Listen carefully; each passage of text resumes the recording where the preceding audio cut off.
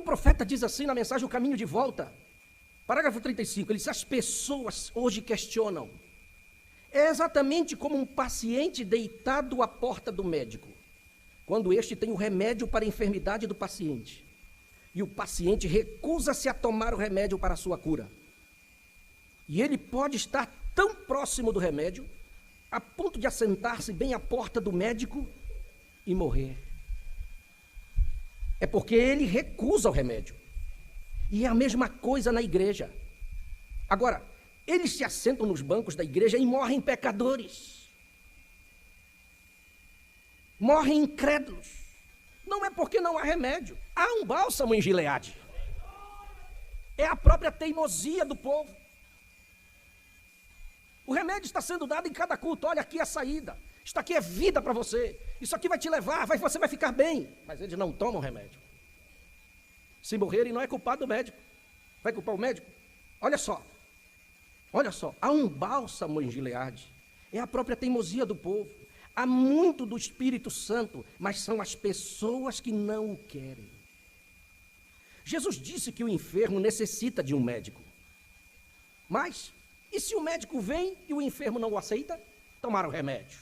E a mesma coisa com a igreja. Nós temos muito das Escrituras. Nós temos muito aquilo que endireitará a igreja.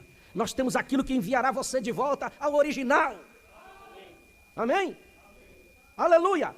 Glória a Deus! Nós temos isto. Mas vocês terão de tomar isto. Você tem que querer ficar bem. Uma cura para essas enfermidades espirituais. Você tem que desejar isto. Tudo na vida de um cristão é por fé. Você crê nisto? Mas se você for basear pelos 5 sentidos, você desiste. Porque os 5 sentidos olham e observam: mas a enfermidade está aqui, eu estou vendo ela. Mas a fé está dizendo: ela já não está mais aí. Os 5 sentidos dizem: eu ouvi o médico dizer que eu estou doente e que essa doença não tem cura. Sim, o ouvido ouviu. Mas o 6º sentido diz assim: pelas suas pisaduras tu já foste sarado. Esse é o 6º sentido. É a fé. Por que muitos médicos ficam abismados com certas coisas que acontecem na vida de cristão? E eu já contei muitas vezes a história do profeta chamado naquele quarto por aquele senhor e aquela senhorazinha. Ele era um velhinho, ela era uma velhinha, mas eles tinham aquele 6º sentido apurado, aquela fé em Deus. Eles sabiam que a palavra de Deus era correta, e que Deus não pode mentir, e que sua palavra não pode falhar. E quando eles olham o seu pequeno menino, com aquela febre, com aquela doença terrível, que ia levando ele à morte, ele já estava quase nas últimas, só estava respirando. Quando ele olha que não vê mais condições no menino, o médico fez tudo o que podia, e ele ia de mal a pior, e ele estava só respirando, e não tinha mais esperança, mas ele manda um recado para o profeta de Deus, assim, aleluia, assim como Eliseu foi procurado, mandaram uma mensagem para o profeta: venha aqui no hospital orar pelo nosso filho. E ele chega naquele hospital, não era um homem de aparência, como Elias não era. O profeta diz que se Elias chegasse na porta de sua casa, você talvez expulsasse ele, porque ele tinha uma careca que estava aqui brilhando no sol, aquilo queimado, aqueles cabelos espetados, uma roupa tão simples como um mendigo. Se ele chegasse na sua porta, você talvez expulsaria ele, mas ali estava o assim diz o Senhor, a palavra de Deus naquele homem. Aleluia. E assim chega o profeta dentro daquele hospital, tão simples, que ninguém dava nada por ele, e ele entra, vai lá no quarto. Oh, aquele casal recebeu o profeta e deu um abraço nele, e eles já começaram a chorar, porque chegou o homem de Deus, e disse: nosso filho está morrendo. E uma enfermeirazinha do lado, tinha acabado de sair do curso da faculdade, estava toda agitada, porque ela queria colocar agora em prática tudo que ela aprendeu, e ela estava ali, no lado do homem de Deus, olhando o que ia acontecer. E o profeta chega e olha para o menino, fica compadecido da situação, e ele diz: vamos orar, e ele se ajoelha e faz uma pequena oração. Uma oração tão simples, diz: Senhor, tenha misericórdia deste menino, olhe para a fé deste pai e desta mãe, e restaure este menino à saúde, em nome de Jesus. Olha o que é o 6º sentido. Quando ele acaba de orar, o pai chorando olha para a mãe velhinha e diz: oh, minha esposa, que maravilha, minha esposa, o nosso filho já está curado. A enfermeira regalou o olho desse tamanho. Ela disse, não é possível, ela não se conteve. E ela vai do lado da cama e pega aquela prancheta e diz, como é que você pode vir aqui dentro desse hospital e dar uma esperança para 2 velhinhos desses coitadinhos? Será que você não vê que esse menino aí está morrendo? Oh, pai, como é que você pode crer numa coisa dessa? Um homem desse faz uma oraçãozinha dessa. Eu quero lhe dizer uma coisa, olhe para essa prancheta, olhe estes gráficos aqui dos exames que foram feitos. Ninguém que chegou numa condição dessa jamais levantou. E aquele pai sorriu, chorando e disse, é verdade, a senhora foi treinada para olhar para o gráfico, mas eu fui treinado para olhar para uma promessa da Bíblia. Nós também fomos treinados não para olhar para um gráfico, nem para a situação como está, mas fomos também treinados para olhar para uma promessa, porque se Deus esteve com um homem na terra, hoje Ele está com essa noiva aqui neste lugar. Oh, glória a Deus! Louvado seja o seu nome para sempre. Por que eu creio nisto? Porque talvez este diabo está tentando contra nós. Mas ele precisa saber que nós temos um valente general, que está aqui conosco esta noite, inclusive. Aleluia! E eu quero te dizer que a medicina natural, para fazer uma vacina, eles começam a estudar. E eles começam a colocar os ingredientes e testar aqui e testar ali. E quando eles veem que aquela porção disse isso aqui pode resolver o problema. E ele vai, como é que eles fazem? Eles pegam um porquinho da Índia e inoculam, né, aquela substância nele para fazer o teste. E ver como ele se comporta. De acordo com aquilo que ele se comportar, se ele vê que ele se saiu bem, aí eles começam a testar em seres humanos. Para saber se vai dar certo. Não é verdade? É. E você sabe que uma vacina é o próprio vírus daquela doença, que eles colocam numa solução e deixam ele, mais ou menos, nem tão vivo e nem morto.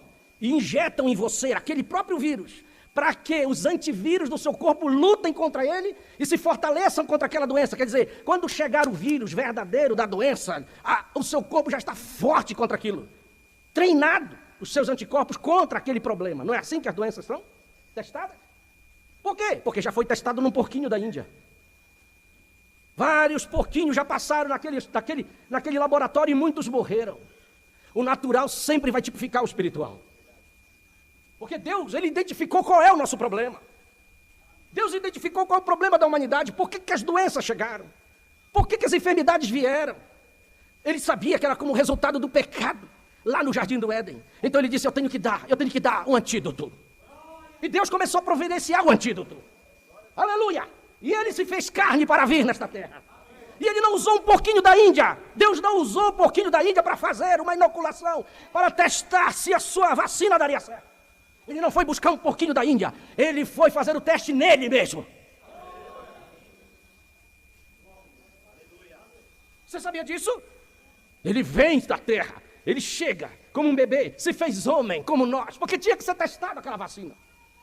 E quando foi inoculada aquela vacina, quando ele procura João lá na beira do Rio Jordão, e que João batiza ele, e quando João acaba de batizar, o céu se abre, e aquela inoculação veio sobre ele, porque a glória de Deus desce, aleluia, o Espírito Santo desce como uma forma corpórea de uma pomba, e diz assim, este é meu filho amado, em quem tenho prazer nele. Ali aquela vacina foi colocada nele.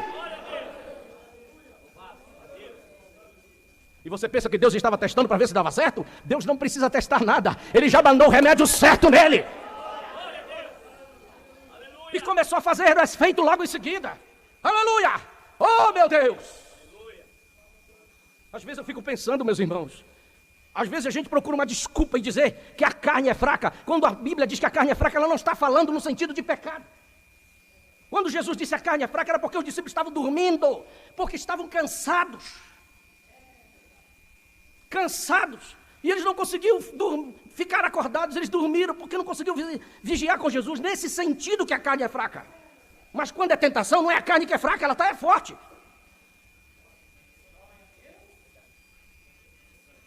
Mas quando aquela vacina veio nele, começou a fazer efeito, porque logo que ele saiu da água, Deus disse, vamos começar esse teste hoje mesmo. O Espírito Santo leva Jesus ao deserto para ser tentado pelo diabo. E o diabo fica bem diante dele. E 3 investidas de Satanás. Ele provou que a vacina começou a dar certo. Foram 3 investidas com a palavra. E colocou o diabo em nocaute naquele deserto.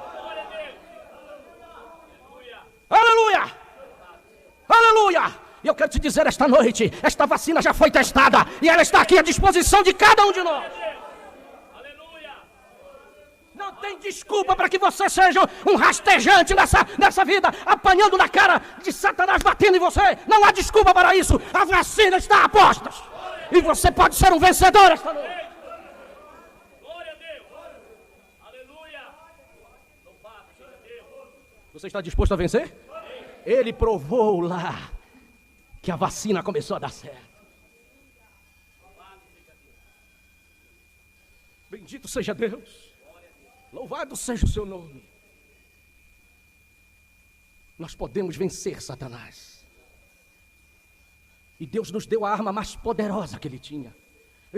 Os homens não tiveram que pesquisar. Primeiro era a espada, depois foram aperfeiçoando para a flecha, depois passaram por uma espingardinha de carregar pela boca, depois foram aperfeiçoando, hoje tem as bombas. Deus não precisou passar em laboratório para aperfeiçoar sua arma. De cara, ele já nos deu a arma mais poderosa que ele tinha contra Satanás. Se você quer ver uma bomba na cabeça de Satanás, é a palavra de Deus.